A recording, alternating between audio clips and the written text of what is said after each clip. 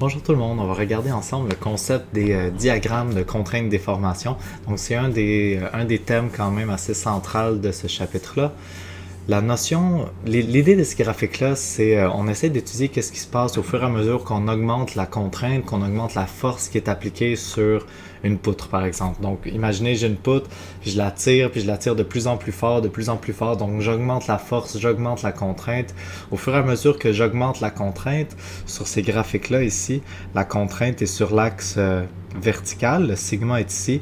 Fait qu'au fur et à mesure que j'augmente la contrainte, que je monte sur cet axe vertical-là, j'observe qu'est-ce qui se produit avec la déformation. Donc là, la déformation, dans ce cas-ci, est sur l'axe horizontal. Ce que je vois, c'est que plus la contrainte augmente, si je regarde par exemple la première partie de ce graphique, plus la contrainte augmente, mais plus la déformation augmente. Ce qui est tout à fait logique. Plus je force, plus mon matériau va se déformer. Mais cette relation-là reste pas linéaire. Mon graphique ne fait pas une ligne droite pour toujours. À un moment donné, vous voyez là, que le graphique il se promène un petit peu. Fait qu'on va regarder chacune des sections de ce graphique-là, chacune des valeurs spécifiques qui sont notées sur l'axe ici.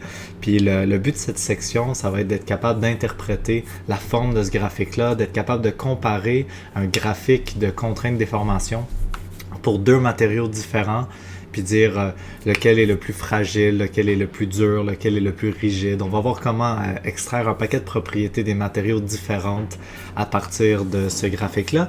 Ce graphique-là va aussi nous aider à réfléchir à comment aborder la dernière partie du chapitre numéro 5 qui va être comment faire pour choisir des matériaux qui sont sécuritaires pour construire des bâtiments. Vraiment le but du chapitre numéro 5. Vous voyez qu'il peut y avoir des diagrammes avec des formes très différentes, comme ici pour l'acier, puis ici pour l'aluminium, la forme est assez différente. On y vient dans un instant. Donc, allons-y. Fait que ça, c'est un graphique plutôt typique. C'est vraiment le type de graphique qu'on va analyser pour plusieurs matériaux. Fait que regardons qu'est-ce qui se passe une étape à la fois. Fait que dans le fond, on va partir en bas à gauche du graphique. On va partir ici avec une contrainte de 0. Puis au fur et à mesure qu'on augmente la contrainte, on va regarder qu'est-ce qui se passe là. C'est quoi les différents points qui sont mentionnés sur le graphique. Donc, allons-y. Première chose à noter, c'est la limite de proportionnalité. Quand deux choses sont proportionnelles, ça veut dire qu'il y a une relation linéaire entre ces deux choses-là. Nous, on a déjà vu que le module d'élasticité E d'un matériau, le module d'élasticité, c'est le rapport entre la contrainte et la déformation. Donc, si le module d'élasticité reste toujours pareil, la relation entre sigma et epsilon est une relation linéaire. Ça, c'est seulement vrai quand la contrainte qui est appliquée sur le matériau n'est pas exagérément grande, n'est pas trop grande. Fait que si j'applique une force sur un matériau puis que je tire, le matériau va se déformer proportionnellement à la force. Sauf qu'à un moment donné, il va se passer quelque chose où est-ce que là, la relation entre la déformation et la contrainte sera plus linéaire. On va y arriver dans les prochaines étapes.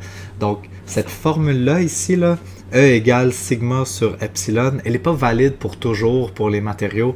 Elle est seulement valide, cette relation de proportionnalité-là, est seulement valide on appelle dans la région de proportionnalité, jusqu'à une certaine valeur de sigma, une certaine valeur de contrainte limite, puis ça c'est la limite de proportionnalité. Donc là voilà, on l'a noté par le point A ici, c'est le sigma P qui est là, P pour proportionnel, fait que c'est le sigma qui établit la limite de proportionnalité. Tant que la contrainte que j'applique sur mon matériau est inférieure ou égale à cette valeur de sigma là, qui va changer d'un matériau à l'autre, mais tant que la valeur est inférieure à ce sigma, la formule E égale sigma sur epsilon demeure valide. Si la contrainte que j'exerce sur mon matériau dépasse la limite de proportionnalité, je peux juste plus du tout utiliser cette formule-là, elle est plus valide. Donc ça, c'est la limite de proportionnalité. Mon graphique va monter suivant une ligne droite, puis ensuite, il va se passer des choses. La prochaine limite, c'est ce qu'on appelle la limite d'élasticité. La limite d'élasticité, on en a déjà parlé un petit peu de la propriété d'élasticité. C'est la propriété d'un matériau de retrouver sa forme quand la force exercée sur le matériau est enlevée. Fait que si j'ai un matériau puis que je le déforme puis qu'ensuite je le relâche, est-ce qu'il va reprendre sa forme ou est-ce qu'il va rester déformé de façon permanente? Ben ça va dépendre de la nature du matériau. Ça va aussi dépendre de la force que j'exerce, mais ça va aussi dépendre de à quel point j'ai forcé fort sur le matériau. Typiquement, si je force pas trop fort, si je fais une petite déformation puis je le lâche, les matériaux vont reprendre leur forme. Mais à un moment donné, il va y avoir une certaine limite. Cette limite-là, c'est la limite d'élasticité. Donc, ce que ce sigma E nous dit, la limite d'élasticité, c'est une certaine contrainte en Pascal. Mettons, si vous dépassez 150 Pascal, le matériau va être déformé maintenant de façon permanente. Fait que dès qu'on applique une contrainte plus grande que sigma E, le matériau subit une déformation permanente. Puis là, même si j'enlève la force, le matériau ne va pas reprendre sa taille originale. Il va subir une déformation permanente. Ensuite, prochaine étape. La limite d'écoulement. Il se passe quelque chose dans ce graphique-là. Fait que la tension, la contrainte, augmente. Au fur et à mesure que la contrainte augmente, la déformation va elle aussi augmenter. Puis à un moment donné, en augmentant très peu la contrainte, quand je suis rendu ici, par exemple, si j'augmente juste un tout petit peu la contrainte, je monte un tout petit peu sur l'axe horizontal ici, ben la déformation, elle, va vraiment beaucoup changer. En augmentant juste un peu la contrainte, la déformation change beaucoup. Ça, c'est ce qu'on appelle le plateau d'écoulement plastique. Fait que je tire sur un matériau, puis à un moment donné, le matériau il cède un petit peu, puis il va vraiment comme s'étirer beaucoup. Là, on est en train d'approcher l'endroit où est-ce que le matériau va rompre, mais on n'est pas encore rendu là. C'est vraiment juste un endroit où est-ce que le matériau va s'étirer beaucoup, comme d'un coup. C'est un endroit où on remarque un plateau qui est presque horizontal sur notre graphique. Fait que ça ici, cette région-là, c'est ce qu'on appelle le plateau d'écoulement plastique. D'écoulement parce que le matériau va comme vraiment se relâcher d'un seul coup, puis s'étirer beaucoup ou se comprimer beaucoup, dépendamment je suis en train de comprimer ou de tirer dessus. Il y a un sigma qui correspond à ce plateau-là, c'est le sigma Y. Sigma Y, on va beaucoup l'utiliser parce que on appelle ça le seuil de plasticité d'un matériau. C'est vraiment, quand tu dépasses ce sigma-là, tu as le plateau d'écoulement qui se produit. Fait que si tu dépasses ce sigma-là, le matériau est déformé de façon permanente puis de façon aussi très significative. Quand on va vouloir choisir des matériaux sécuritaires, on va définitivement vouloir s'assurer que nos matériaux atteignent jamais le plateau d'écoulement plastique. Puis on va aussi se garder une certaine marge de manœuvre. On arrive à ça un peu plus tard. Ensuite, passé ça, quand on continue de monter sur le graphique, on va arriver au point le plus haut, au sommet complètement du graphique. C'est ce qu'on appelle la contrainte ultime ou la limite de résistance. Contrainte ultime, c'est beaucoup plus le mot qu'on utilise. Puis vous voyez, le sigma est suivi d'un U, le sigma U, U pour ultime.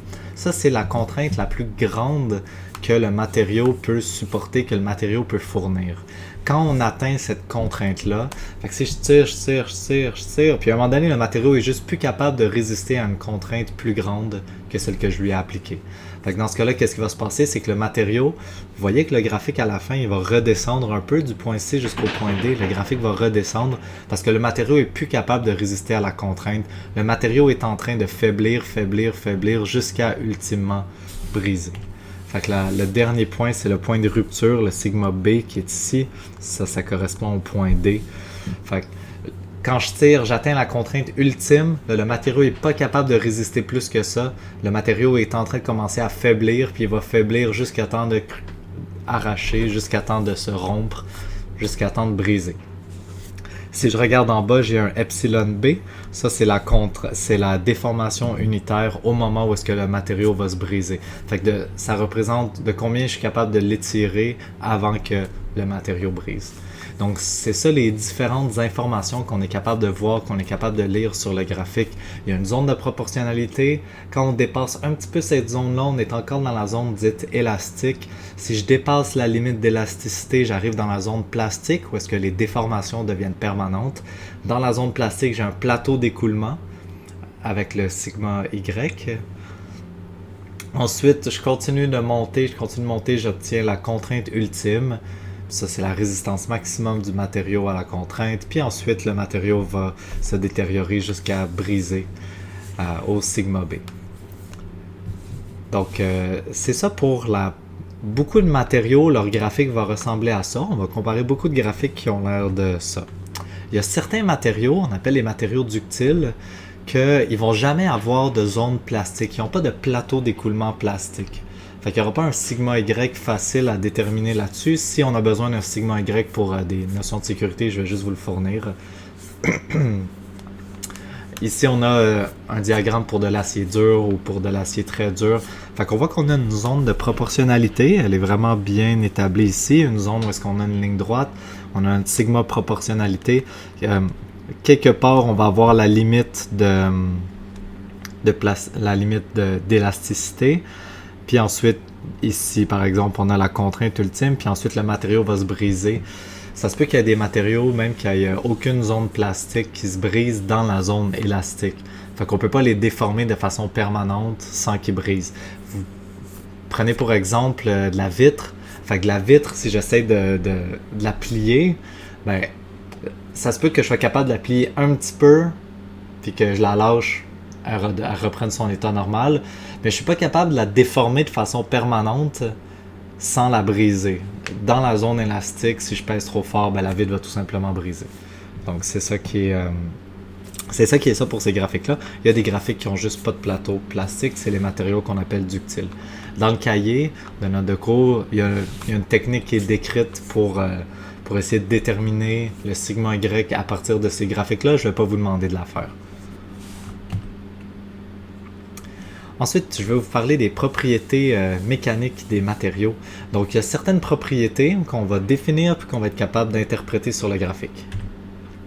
Premièrement, il y a la fragilité versus la ductilité ou la malléabilité. Donc ça, c'est une propriété que soit tu as une, soit tu as l'autre. Soit tu es fragile, soit tu es ductile. C'est vraiment des contraires un de l'autre. Ce que ça veut dire, la fragilité, c'est qu'un matériau qui est fragile, c'est un matériau qui se brise dans la zone élastique, comme la vitre que j'avais donnée par exemple. Il y a peu ou il n'y a aucune zone plastique. Le epsilon pour le bris, la valeur comme limite qu'on se donne, c'est 5% ou 0.05. Ça veut dire que si le matériau se brise avant d'avoir atteint une déformation de 5%, on va dire qu'il est fragile.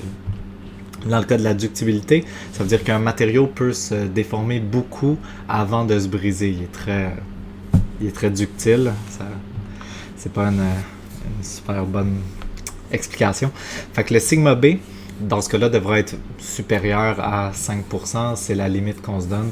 La seule différence entre ductibilité et malléabilité, c'est juste qu'il y a un terme qu'on utilise pour la tension puis un terme qu'on utilise pour la compression. Donc la ductilité, on va l'utiliser dans le cas où on a un diagramme d'effort en tension, puis la malléabilité, on l'utilise plutôt pour la compression. Il faut juste savoir lequel est lequel. En termes de graphique, si je devais dessiner le graphique d'un matériau qui est très fragile, ou si je devais comparer deux matériaux puis dire lequel est le plus fragile, par exemple, ben si j'ai un premier matériau qui fait comme ça, hop, là il y a un certain epsilon B. Donc ce matériau-là, j'ai changé de couleur pour l'autre. Ce matériau-là, si le B est plus petit que 0.05, si on était ici, mettons 0.02, ben dans ce cas-là, le matériau va être dit fragile. Si j'ai un autre matériau qui est plutôt comme ça, hop, zone de proportionnalité, puis que j'arrive ici, ben ici c'est mon matériau, dans cet exemple-là, c'est le matériau en rouge, je mets plutôt un B minuscule. C'est le matériau en rouge qui est le plus fragile parce que c'est lui qui brise avec la plus petite déformation. Si celui-là était rendu à, mettons, 0.03, je pourrais dire que ça, c'est deux matériaux qui sont fragiles, mais entre les deux, c'est le matériau que j'ai dessiné en rouge qui est le plus fragile. Au contraire, si je veux dessiner des matériaux ici, je vais commencer en bleu. Si je veux savoir lequel entre deux matériaux est le plus ductile, puis que j'ai un graphique comme ça, puis l'autre graphique qui est comme ça, mettons. Ben, la ductibilité, c'est littéralement le contraire de la malléabilité. Fait que dans ce cas-là, ça serait celui-là qui serait le plus... Ah, pardon, ductilité puis malléabilité, c'est la même chose. Si ça, c'est un diagramme d'essai, par exemple, en tension ou en traction, ben dans ce cas-là, le terme approprié, c'est la ductilité. Le matériau le plus ductile, ça sera celui-là qui est ici, parce que c'est celui qu'on est capable de le plus déformer avant qu'il se brise. Des exemples de matériaux plutôt fragiles, il y a le verre et la fonte, puis des exemples de matériaux plutôt ductiles, cuivre, aluminium, on est capable de plus les déformer avant qu'ils se brisent. Ensuite, dans les prochaines propriétés, on a la dureté.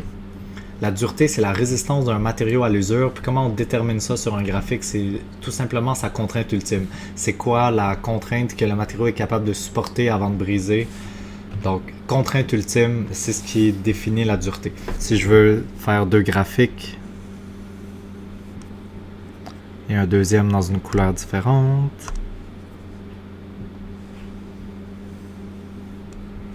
c'est deux graphiques comme ça. Dans le fond, ce qui me permet de choisir lequel de ces deux matériaux-là est le plus dur, c'est vraiment celui qui a la plus grande contrainte ultime. Fait que si je vais vous demander lequel de ces deux matériaux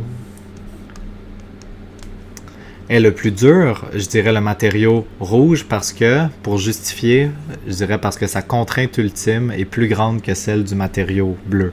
Fait que si je devais écrire ça en phrase, je dirais vraiment que c'est le matériau rouge parce que ok, si en rouge j'appelle ça A, puis en bleu j'appelle ça B, le matériau A, le matériau B, je dirais que la contrainte ultime du matériau A est supérieure à la contrainte ultime du matériau B. Ça serait ma justification. Pourquoi est-ce que le A est plus dur que le B?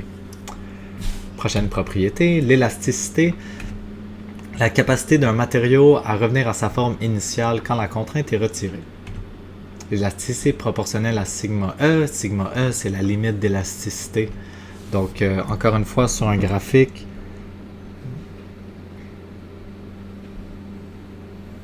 si j'ai un graphique qui ressemble à ça, puis un deuxième graphique, peut-être en vert, voilà,